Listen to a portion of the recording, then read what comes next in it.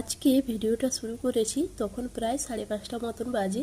ছেলেকে টিউশনে পড়তে দিয়ে এসে ঘরদোর ভালো করে পরিষ্কার করে তারপর দেখো আমি রান্না বসিয়ে দিয়েছি।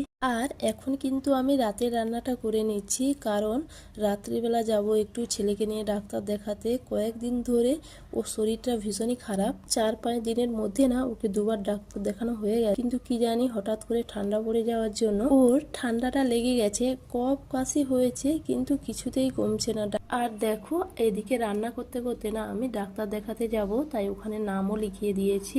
আর আজকে কিন্তু বৃহস্পতিবার, নিরামিষ, তাই দেখো আজকে কিন্তু আমি রুটি আর ঘুগনি বানিয়ে নিয়েছি। আর এর ফাঁকে কিন্তু আমি আলতা পরে সন্ধেটাও দিয়ে নিয়েছি, কারণ অনেকক্ষণ আগে সন্ধে হয়ে গেছে না, তাড়াতাড়ি রেডি হয়ে নিয়েছি। আর দেখো আজকে আমাদের রাতের খাবার হচ্ছে রুটি আর ঘুগনি। তারপর না আমি ছেলেকে টিউশন থেকে নিয়ে রাস্তাতে প্রায় ছুটতে ছুটতে ডাক্তারের ওখানে গিয়েছিলাম, কারণ আমাকে যে টাইমটা দেওয়া হয়েছিল সে টাইমটা অনেকক্ষণ আগে পেরিয়ে গেছে। আর ওর বাবাও না কাজ থেকে সোজা ওখানে পৌঁছে গিয়েছিল। ওখানে পৌঁছেই ওর ওয়েট আরও কিছু চেক আপ করলো। আর ডাক্তার দেখানো হয়ে যাওয়ার পর না এখানে বলছিল ওকে নাকি প্রায় 4টে মতো ইঞ্জেকশন নিতে হবে। 4টে ইঞ্জেকশন নিতে হবে শুনে আমার তো প্রায় মাথা ঘুরে যাচ্ছিল, কারণ আগে যখন ওকে ইঞ্জেকশন দেওয়া হতো প্রচুর জ্বর আসতো, আর যেখানে ইঞ্জেকশন দেওয়া হতো হাত পা গুলো সব ফুলে যেত।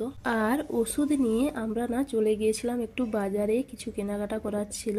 তারপর বাড়ি ফিরে এসে দেখো ও সব ব্যাগ থেকে ঢেলে দিয়েছে, আর এই সব জিনিস আমরা ওখান থেকে কিনে এনেছি। এই দুটো ওষুধ না ওকে ডাক্তার দিয়েছে। তারপর দেখো রাতের খাওয়ার পরে আমি কিন্তু ওকে ওষুধগুলো খাইয়ে দিচ্ছিলাম, আর ওকে জিজ্ঞাসা করছিলাম ওষুধগুলো টেস্ট কেমন, তেতো না মিষ্টি। ও বলছিল খুব মিষ্টি। আর কয়েকদিন ধরে না ওকে প্রচুর ওষুধ খেতে হচ্ছে। সেই 5টা থেকে কাজ শুরু করেছিলাম, এখন ঘড়িতে প্রায় 12টা মতন বাজে। এখন আমি কালকের জন্য সবজি কাটবো, তারপর চলো টাটা।